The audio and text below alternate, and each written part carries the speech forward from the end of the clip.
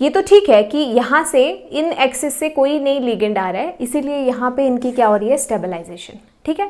But हम बोल रहे हैं इन बिटवीन दी एक्सिस जो लिगेंड प्रेजेंट है वहाँ पे डिस्टेबलाइजेशन हो रही है, लेकिन ये तुम्हारा y है और ये z है, तो 45 डिग्री तो भाई कुछ ऐसे जैसे हुआ, देखो अगर साइड से देखोगे तो ऐसे जैसे हुआ। बट हमारा जो लिगेंड है वो कहाँ से आ रहा है, थोड़ा सा उससे दूर, तो that means none of the ligand is coming in the directly from the direction where the dxy, dyz and dzx lobes are present. That is why this splitting is comparatively lesser than that of the octahedral. Hey everyone, welcome back to Chemical Serendipity. So we were doing crystal field theory and today we are going to do the crystal field splitting of different kind of geometries, which is very important because see, in your exam it is not going to happen that whatever you are going to study it is going to come. Alright, they can give any type of question, any type of geometry, so it is very important to practice and to imagine the orientation of orbitals in space, so that whatever geometry is given to you, you should be able to identify, to imagine that okay, in what direction the stabilization of the ligand will happen and in what direction there will be destabilization. So let's start today's lecture. Now, in the previous lecture of your crystal field theory, we had done the crystal field splitting diagram for octahedral complexes, then the distortion in the octahedral complexes, that is the tetragonal distortion, maybe compression, maybe elongation, and then we had done the square planar complex where there is no ligand along the z-axis. So let's start with the today's geometry, that is the tetrahedral geometry. Alright, so we are going to do the crystal field splitting diagram for tetrahedral complex. Alright, तो जो basic बातें हैं वो हमें पता है कि ये हमारी क्या है, एनर्जी है. सबसे पहले यहाँ पे क्या होगा, free metal ion, then all of the ligands are going to approach in a spherical manner, the energy is going to increase but they will remain the degenerate, and these type of crystal field is called spherical crystal field. From here now we have to see that what will happen if the geometry form or the crystal field form is not spherical but is the tetrahedral. Alright, so how we are going to do this? So this is how you see your tetrahedral complex, where this is your y-axis, this is your x-axis, this is your z-axis. But the best way to imagine the tetrahedral complex in space in 3 dimension is not this but is like this. ये क्या कर दिया भाई, तो ऐसे कुछ हम imagine करेंगे अपने टेट्राहेड्रल कॉम्प्लेक्स को. समझेंगे कैसे, देखो अगर मैं एक क्यूब बना दूं तो वहां पे समझते हैं, इजी होगा. लेट अस से इस क्यूब के सेंटर में तुम्हारा मेटल है, ठीक है, this is your metal. So you know that this will be your x axis, this will be your x dash. Here toward you will be the y axis, away from you will be y dash, and here it will be z axis, z dash. अब कैसे imagine करने हैं, देखो तुमको ये क्या करना है. मान लो तुम एक क्यूबिक रूम में हो, तो जो रूम है उसका जो रूफ है उसका कोई एक डायगोनल पकड़ लो, वहाँ पे मान लो तुम्हारे ये 2 लिगेंड्स हैं उस डायगोनल पे. तो यहाँ पे कैसे, मान लो अगर ये मेटल है तो मान लो वो 2 डायगोनल मैं ये ले रही हूँ, एक लिगेंड यहाँ पे है, एक लिगेंड यहाँ पे है, ठीक है. इनका मेटल के साथ क्या है, बॉन्ड. अब सिमिलरली जो तुम्हारा क्यूबिक रूम है उसके बेस में जो उसका बॉटम है उसमें एक डायगोनल देखो, वहीं पे ही 2 लिगेंड है, लेकिन वो डायगोनल ऊपर वाले डायगोनल से अपोजिट. मतलब अगर ऊपर वाला डायगोनल तुम ये वाला कंसीडर कर रहे हो तो नीचे वाला डायगोनल ये वाला कंसीडर करो. वैसे ही तो है लिगेंड, एक ऊपर वाले डायगोनल में और दूसरे अपोजिट नीचे वाले डायगोनल में. तो बोलो अगर मैं रूफ का ये और ये इमेजिन कर रही हूँ तो यहाँ पे कौन से होंगे, ये दोनों नहीं होंगे, ये दोनों होंगे. So the one ligand is here, the another ligand is here.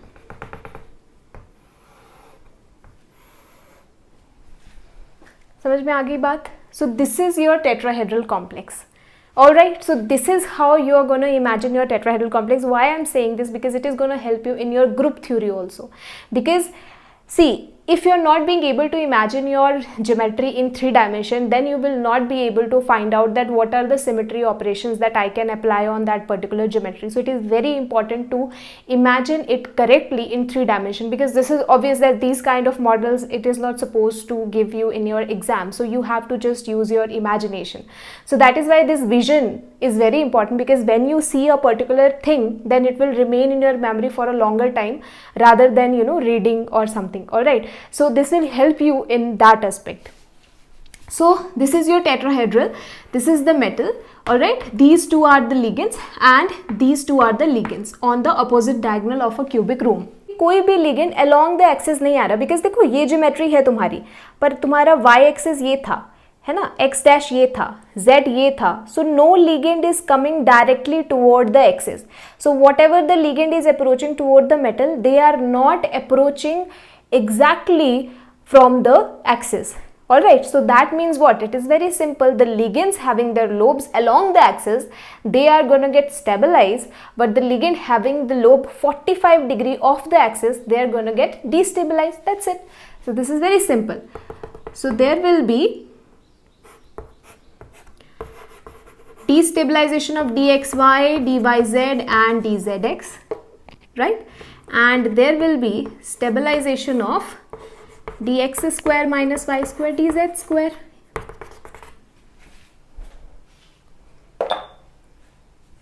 समझ गए ये बात, सिंपल सी बात, ठीक है. तो भाई ऐसे कर लो, ये तुम्हें पता ही है. If this whole is what your del t tetrahedral 2/5 del t, and this will be stabilization minus 3/5 del t. Same. तो बस ये बात तुमको ध्यान रखनी है, that how the lobes are oriented and how the ligands are coming. That's it. This is the basis of your crystal field theory. All right. अच्छा, अब वो देखो, इसको मैं क्या लिखूं, इसकी डिजेनरेसी क्या है 2, तो this will be e g, this will be t 2 g. 3 multiplicity बताया था लास्ट लेक्चर में. अच्छा, कुछ गलत हो गया क्या? जी आएगा यहाँ पर? जी कब आता है? जब सेंटर ऑफ इन्वर्जन हो. देखो, सेंटर ऑफ इन्वर्जन का मतलब तुम पूरी ज्योमेट्री में किसी भी एक लिगेंड को पकड़ लो. So from that ligand there should be the ligand, same ligand present in the opposite direction.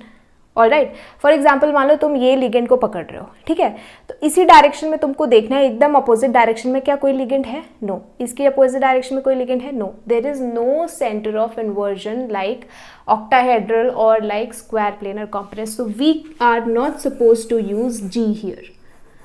So the name is T2 and the name is E.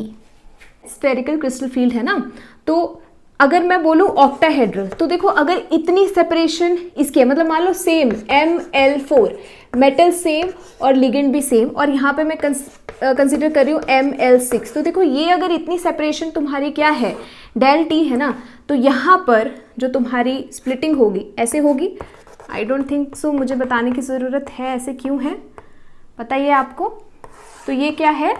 Delo, right. EG are going to get destabilized, T2G are going to get stabilized. ठीक है.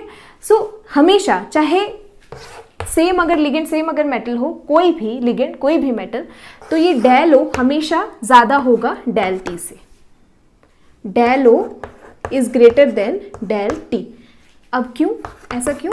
पता चल रहा है कि यहाँ 4 ligand है, यहाँ 6 ligand. So obviously if the number of the ligand are approaching are more, the repulsion will be more, the splitting will be more. So this is the clear cut reason that the number of ligand approaching in the tetrahedral are 4 and in octahedral are 6. That is why the splitting in the octahedral is greater than that of the tetrahedral. But क्या कोई और aspect तुमको दिख रहा है जो उस चीज़ को काउंटर कर रहा हो कि हाँ ऐसा है? ये लिख लेंगे कितना ज़्यादा. So your del T ratio del O is basically 4:9. अब सेकंड काउंटर क्या हो सकता है? बस एक सिंपल सी बात सोचना. हाँ, अगर 2 कार एक ही डायरेक्शन में, मतलब अपोजिट डायरेक्शन में एक दूसरे के पास आ रही हैं, मतलब एकदम फुल स्पीड से एक दूसरे को अप्रोच कर रही हैं, और वहाँ पे हेड ऑन कोलिजन हो रहा है, ठीक है. अगर हेड ऑन कोलिजन होगा तो इस केस में सबसे ज़्यादा क्या होने वाला है? डिस्ट्रक्शन होने वाला है कार में. जो उसका इफेक्ट है that is the destruction, there will be an accident. तो सबसे ज़्यादा जो इफेक्ट होगा कार पे, सबसे ज़्यादा जो खराब होगी वो इसी केस में होगी अगर वो ऐसे अप्रोच करेंगे। लेकिन अगर कार ऐसे जा रही है लेकिन दूसरी कार कुछ ऐसे आ रही है, मतलब थोड़ा सा टच कर रही है या टच ही नहीं कर रही है या ऐसे निकल जा रही है, तो there will be no collision, there will be no destruction. Is it fine? It is very simple. All right, same देखो यहाँ पर 6 के 6 लिगेंड जो हैं वो तुम्हारे ऑर्बिटल्स जिस डायरेक्शन में एग्जैक्टली उसी डायरेक्शन में क्या कर रहे हैं, अप्रोच कर रहे हैं। बट यहाँ पर कोई भी लिगेंड, इवन अगर हम बोल रहे हैं ना कि ये डिस्टेबलाइज हो रहे हैं, पर कोई भी लिगेंड जो है वो इन लोब्स के डायरेक्टली उसी डायरेक्शन में अप्रोच नहीं कर रहे हैं। ये क्या बात आई देखो। तो देखो कुछ ऐसे था टेट्राहेड्रल, है ना, दो, एक डायगोनल ऊपर, दो लिगेंड दूसरे डायगोनल, अपोजिट डायगोनल नीचे। अब ये वाली एक्सिस क्या होती थी तुम्हारी तरफ को, y, ये क्या होती थी x, ये क्या होती थी z। तो देखो ये तो ठीक है कि यहाँ से इन एक्सिस से कोई नई लिगेंड आ रहा है, इसीलिए यहाँ पे इनकी क्या हो रही है, स्टेबलाइजेशन, ठीक है। बट हम बोल रहे हैं इन बिटवीन दी एक्सिस जो लिगेंड प्रेजेंट है वहाँ पे डिस्टेबलाइजेशन हो रही है। लेकिन ये तुम्हारा y है और ये z है, तो 45 डिग्री तो भाई कुछ ऐसे जैसे हुआ, देखो अगर साइड से देखोगे तो ऐसे जैसे हुआ। बट हमारा जो लिगेंड है वो कहाँ से आ रहा है, थोड़ा सा उससे दूर। तो that means none of the ligand is coming in the directly from the direction where the dxy, dyz and dzx lobes are present. That is why this splitting is comparatively lesser than that of the octahedral, because in octahedral wherever is the lobe situated, from that direction only your ligand is coming. समझ में आ गई बात। सो इसीलिए क्या हो रहा है, हमेशा ये जो रेशो है वो ऐसी रहेगी, ठीक बात। तो number of the ligands are the first reason and the direction of the ligands in which they are approaching in both these geometry, that is the another reason that why your octahedral splitting will always be greater than that of your tetrahedral. तो crystal field splitting करो इसकी AgNH3 plus, क्या हो गया, ये example दिया था मैंने आपको पहले बॉन्ड थ्योरी के क्वेश्चन में दिया था ना, वहां से पता चल गया था sp इसकी हाइब्रिडाइजेशन है, दैट मीन्स लीनियर इसकी क्या है, ज्योमेट्री। तो बस ये पता होनी चाहिए, हम क्रिस्टल फील्ड बता सकते हैं। लीनियर ज्योमेट्री मतलब मान लो किसी भी एक्सिस के अलॉन्ग मान लो, तो मैं मान रही हूँ कि ये तुम्हारा z के अलॉन्ग है, ठीक है। तो ये तुम्हारी क्या होती है, z डैश, एक लिगेंड यहाँ है, एक लिगेंड यहाँ है, और ये तुम्हारी क्या है, मेटल। तो कोई बात ही नहीं है। क्या करेंगे सबसे पहले तो वही फ्री मेटल आयन, फिर क्या होगी तुम्हारे पास स्फेरिकल क्रिस्टल फील्ड, ठीक है। अब देखो सिंपल सी बात क्या देखनी है, ये z के अलॉन्ग क्या कर रहे हैं, दो लिगेंड अप्रोच कर रहे हैं, और z के अलॉन्ग ही हमारे पास क्या है, हमें पता है dz², मतलब dz² सबसे ज़्यादा क्या होने वाला है, डिस्टेबलाइज, क्योंकि वहाँ पे सबसे ज़्यादा क्या होने वाली है, रिपल्शन। तो अगर z, तो इसका मतलब क्या हुआ कि जिन ऑर्बिटल्स के पास क्या है, z कंपोनेंट है, वो सबसे ज़्यादा डिस्टेबलाइज होंगे, पहला तो ये बात, ठीक है। जिनके अलॉन्ग z ऑर्बिटल है वो सबसे ज़्यादा क्या होने वाले हैं, destabilise. That means what, dz², dyz, dzx, ये डिस्टेबलाइज होंगे, ठीक है। लेकिन इन तीनों में से भी सबसे ज़्यादा डिस्टेबलाइज कौन होगा, dz², क्योंकि लिगेंड जो है वो उसी की डायरेक्शन में क्या कर रहे हैं, approach. So that means there will be destabilization of dz², there will be destabilization of these two dyz and dzx because they are having a z component but comparatively lesser, and comparatively there is a stabilization of dx² y²। ये कुछ values हैं लेकिन वो याद नहीं करनी है, ना मैंने याद करी है, बट तुम इसको लिख सकते हो अपने नोट्स में, सो दैट तुमको पता चले कि हाँ कितना मैग्नीट्यूड है आपकी डिस्टेबलाइजेशन और स्टेबलाइजेशन का, just for that aspect. If this is your barycentre then 0.57 5.14 plus means there is a plus, always remember plus means there is a increase in the energy, that means destabilization, and minus means there is a decrease in energy, that means stabilization. That's it. This is the significance of plus and minus. Trigonal planar में क्या होगा, मान लो अगर ये metal है तो क्या होगा, मान लो अगर एक लिगेंड यहाँ पे है तो बाकी कैसे होंगे, ऐसे होंगे, यही हुआ, ठीक बात। और y कैसा होगा, यहाँ पे होगा, but not, it is not exactly coming along y, because otherwise it will be a it will be perpendicular, all right. So if this is your x and this is your y, so somewhere here is your ligand, all right. So this is the trigonal planar. तो बोलो क्या करेंगे?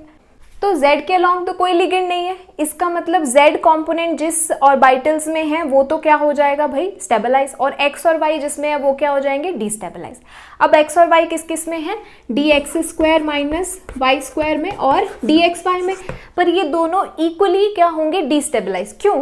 क्योंकि एक तो dx square minus y square मतलब एक तो अलोंग द एक्सेस आ ही रहा है, लेकिन यहाँ पर दो ऐसे हैं जो इन बिटवीन द एक्सेस आ रहे हैं, तो वो उसको काउंटर करेगा, इसलिए डीजेनरेसी क्या रहेगी तुम्हारी, सेम रहेगी, मतलब इक्वली वो क्या होंगे, डिस्टेबलाइज। तो देखो अगर ये तुम्हारी क्या है, स्फेरिकल क्रिस्टल फील्ड है, ठीक है। अच्छा इसको ऐसे लिख दूँ, ये भी ऐसे भी एक ही बात है, इसका मतलब यही है कि डीजेनरेट है ये, ठीक है। तो क्या होगा बोलो, there will be destabilization of dx square minus y square and dz square dyz dzx। अब तुम बोलोगे कि भाई ये ज़्यादा क्यों स्टेबलाइज हो गया, dz स्क्वायर तो ज़्यादा स्टेबलाइज होना चाहिए था, इसमें तो एक्स वाई कंपोनेंट है। बट एक और बात देखो, मैंने तुमको बताया था ना dz स्क्वायर क्या है, dz square minus x square and dz square minus y square का ओवरलैपिंग, ये तो पहला रीज़न हो गया, इसीलिए मतलब इसमें भी कुछ ना कुछ क्या रहेगी, डिस्टेबलाइजेशन। लेकिन ये दोनों बहुत ही कम डिफरेंस पे हैं, ठीक है, तो इसीलिए मैंने बोला वैल्यूज़ के लिए क्या बता रही है, -3.21 एंड -3.86, मतलब ज़्यादा डिफरेंस नहीं है दोनों में, लेकिन फिर भी ये ज़्यादा ये कंपैरेटिवली कम स्टेबलाइज हुआ। क्यों? क्योंकि इसमें भी एक्स और वाई कंपोनेंट है, क्योंकि दोनों की ओवरलैपिंग है। अब अगर इसी डायग्राम में यहाँ पर एक लिगेंड आ जाए और यहाँ पर एक लिगेंड आ जाए, तो यही ज्योमेट्री क्या बन जाएगी, TBP, ट्रायगोनल बाइपिरामिडल। तो उसमें देखो एक्स वाई प्लेन में भी लिगेंड है और जेड एक्सिस में भी लिगेंड है, लेकिन जो तुम्हारा z एक्सिस है उसमें दोनों जो है दो ligand along the axis approach कर रहे हैं, लेकिन एक्स वाई प्लेन में सिर्फ एक ही है जो अलोंग द एक्सिस अप्रोच कर रहा है, क्योंकि ये इन बिटवीन है। सो इसका मतलब dz स्क्वायर हाईली क्या होने वाला है, डिस्टेबलाइज। तो सेम बात, spherical crystal field d x y plane में क्या है, अब तुम बोलोगे क्या होनी चाहिए, डिस्टेबलाइजेशन, लेकिन कंपैरेटिवली एक्स वाई प्लेन का जो dx square minus y square और dxy है उसकी स्टेबलाइजेशन होती है, लेकिन बहुत ही कम, जैसे dx square minus y square और dxy की होगी अराउंड 0.8, ठीक है। इसलिए मैंने बोला कि ये थोड़ा सा देख लो सिर्फ समझने के लिए कि हाँ अगर हो भी रही है तो कितना मैग्नीट्यूड, सो दैट तुम मिस इंटरप्रेट ना करो कि बहुत ज़्यादा हो रही है तो वो क्यों हो रही है, तुम्हें फिर कंफ्यूजन होगा, all right. But no need to remember these values. Similarly there will be large stabilization of what, dyz and dzx। अब देखो in square pyramidal, again it is ML5।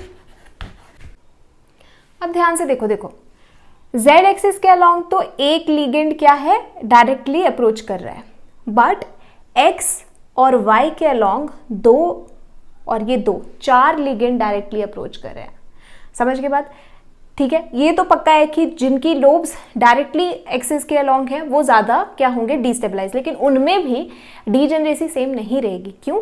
क्योंकि z कंपोनेंट के कंपैरेटिव एक्स वाई कंपोनेंट में ज़्यादा क्या होगी, destabilization. So that means what, this is spherical crystal field, huge destabilization of dx square minus y square, comparatively lesser for dz square, and there will be stabilization dxz and dzx। तो जित इन between the axis भी जिसमें x और y component है वो comparatively less stabilise होगा दूसरों से। You can see that how much is the destabilization comparatively और stabilization. Crystal field splitting for pentagonal bipyramidal.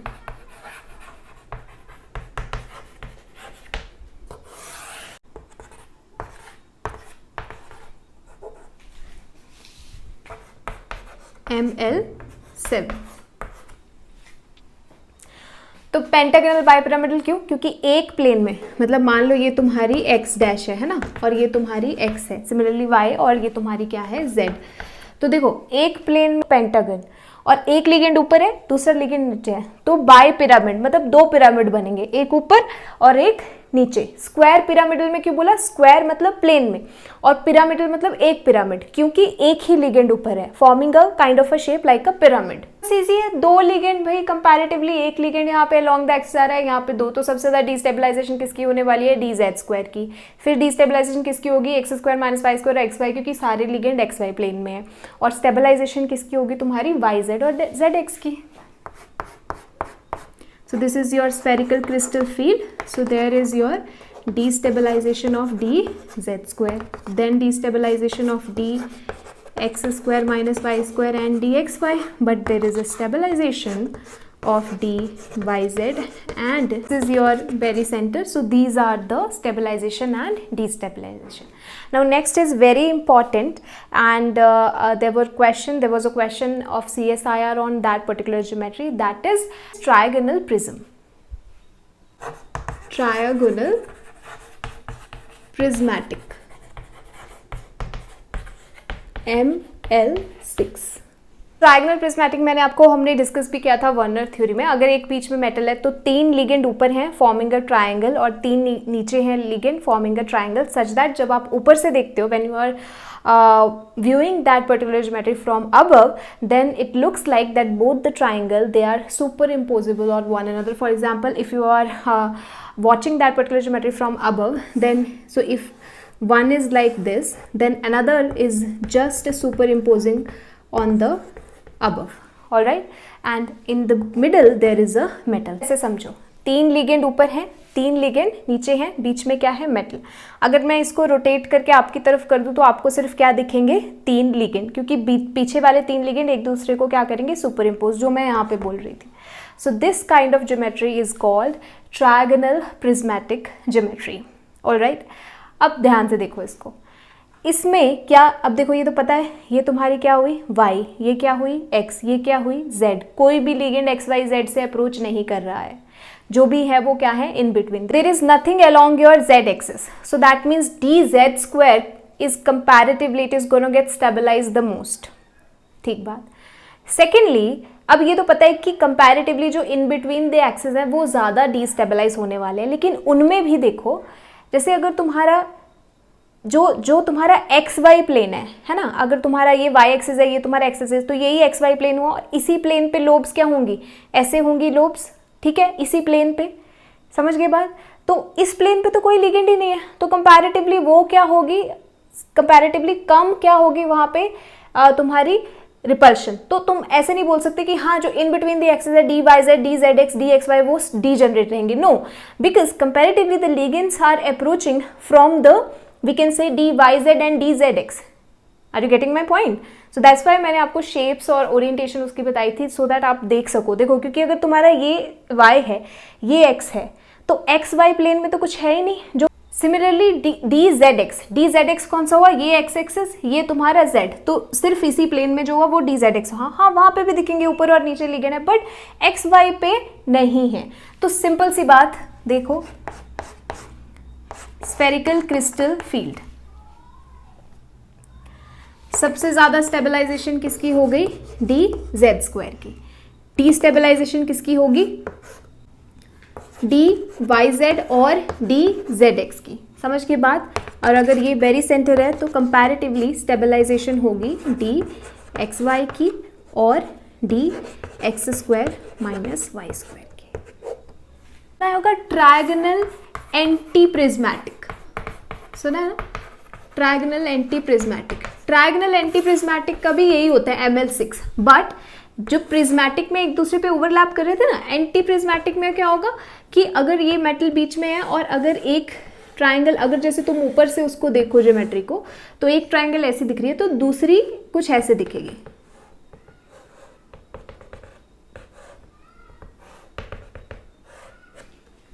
समझ गए, लाइक अ स्टार दिखेगा, क्योंकि दूसरी वाली क्या है, ऐसे टिल्टेड है, so they will not be superimpose now on each other. सो इसको क्या बोलते हो, एंटी प्रिज्मेटिक। तो कोई डिफरेंस आएगा क्या प्रिज्मेटिक एंटी प्रिज्मेटिक में? हाँ, मैग्नीट्यूड पे डिफरेंस आ सकता है, लेकिन पैटर्न क्या रहेगा? Same. There will be no ligand along the z axis, dz square will be the more stabilized. Comparatively, all the ligands are approaching toward the lobes of yz and zx, not in the xy plane. So the splitting is going to be remain same for trigonal prismatic and for trigonal anti-prismatic. Similarly, अगर मैं बोलूँ तुम्हारे पास है square prismatic, square prismatic बोल दो कैसा हो जाएगा? अगर बीच में मेटल है, ऊपर से व्यू करोगे तो तुम्हें कैसा दिखेगा? अगर एक स्क्वायर ऐसे है तो नीचे वाला स्क्वायर भी एकदम एक दूसरे पे क्या करेगा? सुपर इम्पोज करेगा. 4 लिगेंड ऊपर, 4 लिगेंड नीचे, और एकदम अगर उसको ऐसे टिल्ट करके दिखाओ तो तुमको सिर्फ 4 लिगेंड दिखेंगे, बीच में मेटल. तो भी क्या रहेगा? Same. There is no ligand along z axis.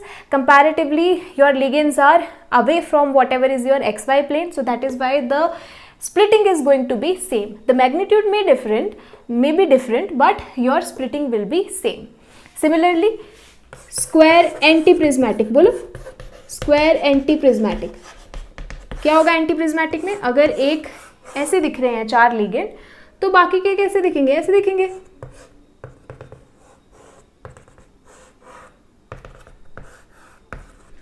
ऐसे कुछ दिखेगा ना, क्योंकि वो एंटी हो गया एक दूसरे के, पर फिर भी क्या रहेगा? सेम. समझ गए ये बात? ReH9 negative.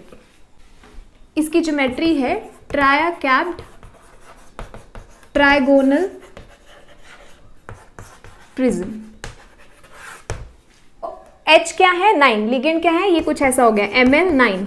ठीक है, तो क्या है? Trigonal prism. मतलब वो ट्राइगोनल प्रिज्म जो अभी पढ़ा वो तो है ही, पर क्या है? Try cap. तो बचे 3 लिगेंड कहाँ पे हैं? एक्स वाई प्लेन में. जो एक्स वाई प्लेन है वहां पे क्या बना रहे हैं? ट्राइगोनल. जैसे कुछ ऐसा ट्राइगोनल प्रिज्म है, और एक्स वाई प्लेन में अब क्या बन रहा है? एक ट्राइंगल. तो अब इसकी बताओ डिफरेंस आएगा. अभी भी z एक्सिस पे कुछ नहीं है, सबसे ज्यादा स्टेबलाइज क्या होगा? dz square. ठीक बात देखो,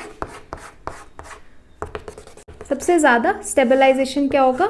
dz स्क्वायर का. और डी स्टेबलाइजेशन सबसे ज्यादा किसका होगा? बोलो. dyz and dzx.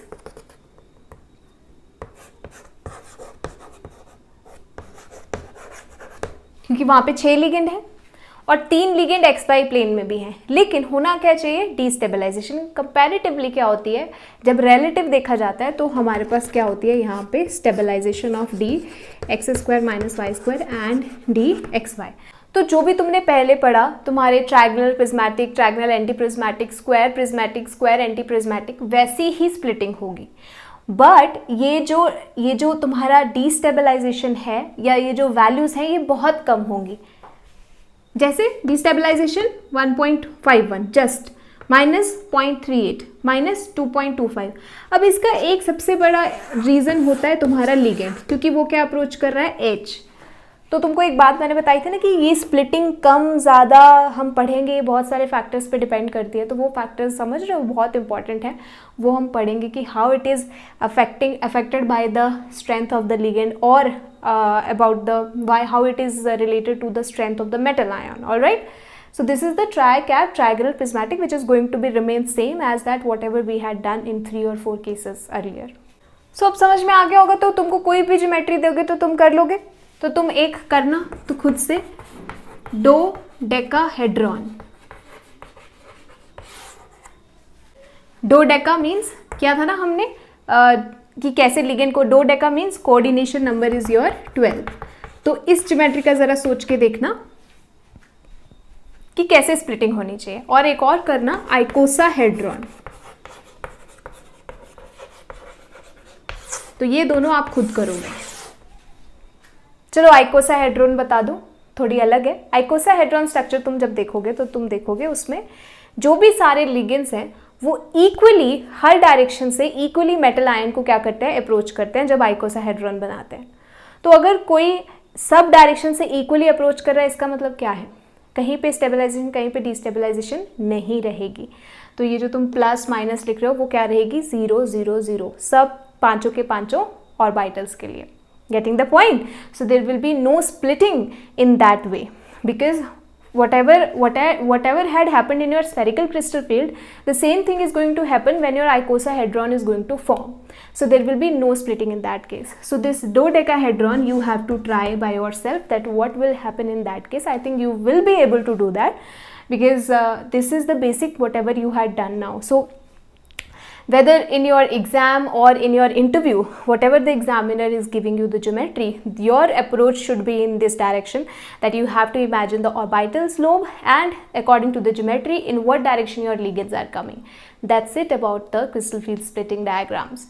So that's it for today. I'll catch you later very soon with the next lecture, and till then think about this. Thank you so much.